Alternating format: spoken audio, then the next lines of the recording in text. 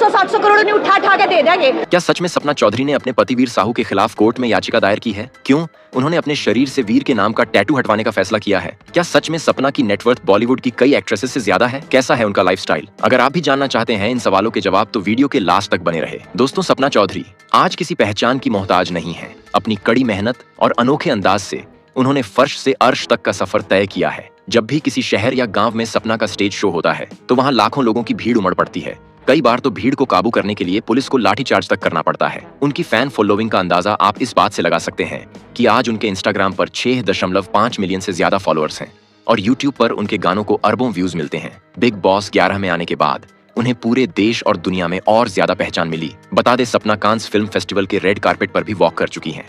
वो अक्सर अपनी प्रोफेशनल लाइफ को लेकर सुर्खियों में बनी रहती है, लेकिन इस बार अपनी पर्सनल लाइफ को लेकर मीडिया और सोशल मीडिया पर छाई हुई है, जिसके पीछे की वजह है उनके पति वीर साहू, जो हरियाणा के एक फेमस सिंगर, राइटर और एक्टर हैं। उन्हें हरियाणा की इंडस्ट्री में एक बेहतरीन कलाकार माना जाता है, जिन्हें फैंस प्यार से हरियाणा का बब्बू मान भी कहते हैं। बता दे, सपना और वीर की पहली मुलाकात साल 2015 या 16 में हिसार जिले की लाडवा गौशाला के एक प्रोग्राम में हुई थी। पहली बार में सपना को वीर बेहद खड़ूस और घमंडी लगे थे।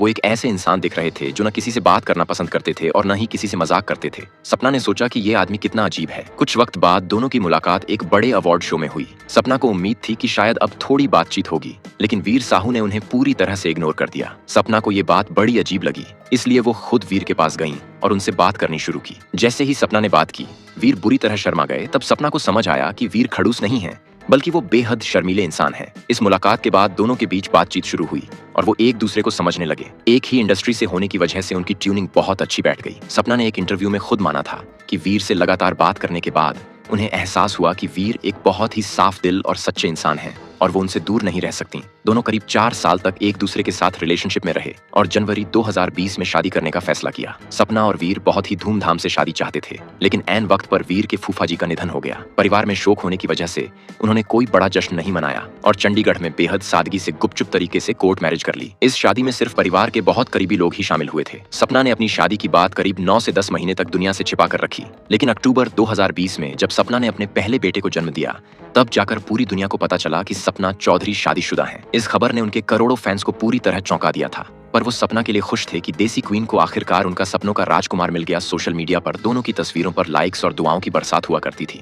लेकिन वो कहते हैं ना, वक्त का पहिया कब घूम जाए कुछ कहा नहीं जा सकता। शुरुआत में जो लव स्टोरी किसी रोमांटिक फिल्मी स्क्रिप्ट जैसी लगती थी, जहाँ पहली मुलाकात की नोक झोंक थी, छुप छुप कर किया गया प्यार था और बिना किसी शोर शराबे के सादगी भरी शादी थी, आज वो कहानी अदालत के कमरों और कानूनी दलीलों में उलझ कर रह गई है। जिस रिश्ते की बुनियाद पर कभी अटूट भरोसा था, आज वहाँ गंभीर आरोप, मारपीट के निशान, दर्द भरी ऑडियो रिकॉर्डिंग्स और कोर्ट के सख्त आदेश खड़े हैं। सपना और वीर का रिश्ता उस आखिरी मुकाम पर पहुंच चुका है जहां से वापसी का कोई रास्ता नहीं है, और इसकी वजह शायद खुद वीर साहू है, जिनके खिलाफ सपना ने जून 2026 के शुरुआती हफ्ते में दिल्ली की द्वारका महिला कोर्ट में पहली बार घरेलू हिंसा अधिनियम 2005 के तहत एक याचिका दायर की। सपना की तरफ से उनकी वकील प्रीति सिंह ने कोर्ट के सामने कहा कि वीर साहू सपना के साथ मारपीट और उन्हें टॉर्चर करते हैं। सपना के साथ लगातार शारीरिक और मानसिक दुर्व्यवहार किया जा रहा है, जिसके चलते उन्हें अपने 2 नाबालिग बच्चों के साथ ससुराल छोड़ना पड़ा है और अब वो दिल्ली के नजफगढ़ में अपने माता पिता के साथ रह रही हैं। वकील प्रीति सिंह ने कोर्ट से तुरंत इमरजेंसी सुरक्षा की मांग की, क्योंकि सपना का कहना था कि वीर अक्सर पब्लिक इवेंट में हंगामा कर उनकी इमेज खराब करने की कोशिश करते हैं। अब क्योंकि 10 जून 2026 को सपना की नई फिल्म मोमाकू का ग्रैंड प्रीमियर होना था,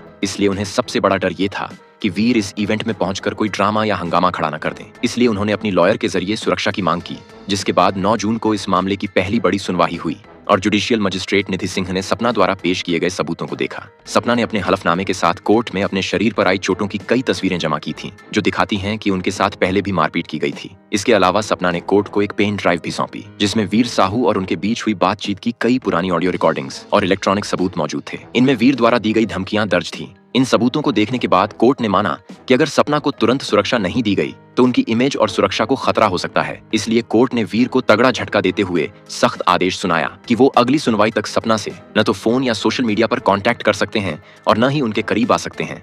वीर को सपना के घर, उनके ऑफिस और यहाँ तक कि 10 जून को होने वाले उनकी फिल्म मोमाकू के प्रीमियर वेन्यू पर जाने से भी पूरी तरह रोक दिया गया। कोर्ट ने लोकल एसएचओ और प्रोटेक्शन ऑफिसर से भी कहा कि वो खुद इस बात की निगरानी करें कि वीर इस आदेश को न तोड़े और सपना को पूरी सिक्योरिटी दी जाए। जिसके बाद 10 जून को सपना की मूवी का ग्रैंड प्रीमियर बिना किसी हंगामे के शानदार तरीके से पूरा हुआ।